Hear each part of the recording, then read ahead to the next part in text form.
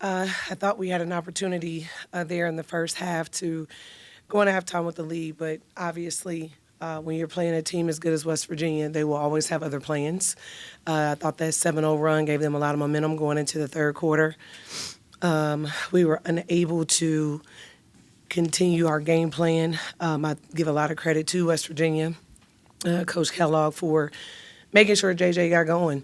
I thought we did a pretty decent job on her, and then she came out in that second half and obviously was able to play as great as she is. And I think that had a lot to do with it. The turnovers, unfortunately, were something that you try to avoid. You try to practice it, but it's very hard to duplicate. So to me, there you have the game. We have some spurts where we did fairly well, and then obviously some that gave long stretches of them being able to score. What is it specifically about what West Virginia does on defense that's just so hard to replicate?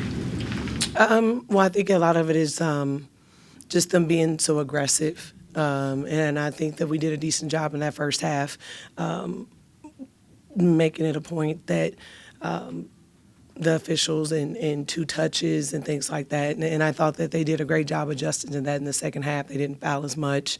And I think that that's something that matters too, their ability to pivot in that space and not put us on the free throw line.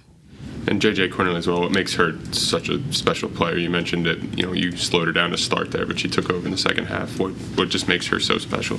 I think what makes her the most special is her decision to be and stay here at West Virginia. She's had 3 coaches in 5 years, and it doesn't matter who her teammates are, who her coaches are. She shows up and she plays hard every single day. And I think that that's what, or every game I should say that we watch. And I think that that's how you build trust. I think that that's how you build culture. So when you have a player like that and then her teammates can surround her, because if that was just JJ on that team, they wouldn't win the way they do. I mean, it is because there's a Jordan Harrison. It's because Kaya Watson does what she does. It's the going and getting the pieces out of the portal to create a really good team. So to me, yes, she's a very special one-on-one player, but how is she able to do this in a game? Her teammates. It was senior day here at West Virginia, but what can you say about one of your seniors, and Jillian Hayes, how her work ethic, she doesn't stop, and she didn't until the final buzzer? Yeah, I mean, she's a joy to coach, and for the same reasons. She's had a couple coaches, too, and has been at Cincinnati for 5 years, and I think that that's rare. It gets rare when you have kids that are committed to a place.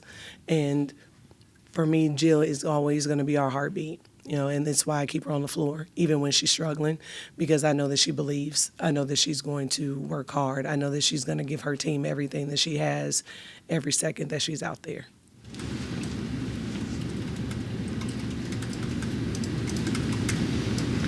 All righty. Thank y'all so much. Good luck the rest of the year.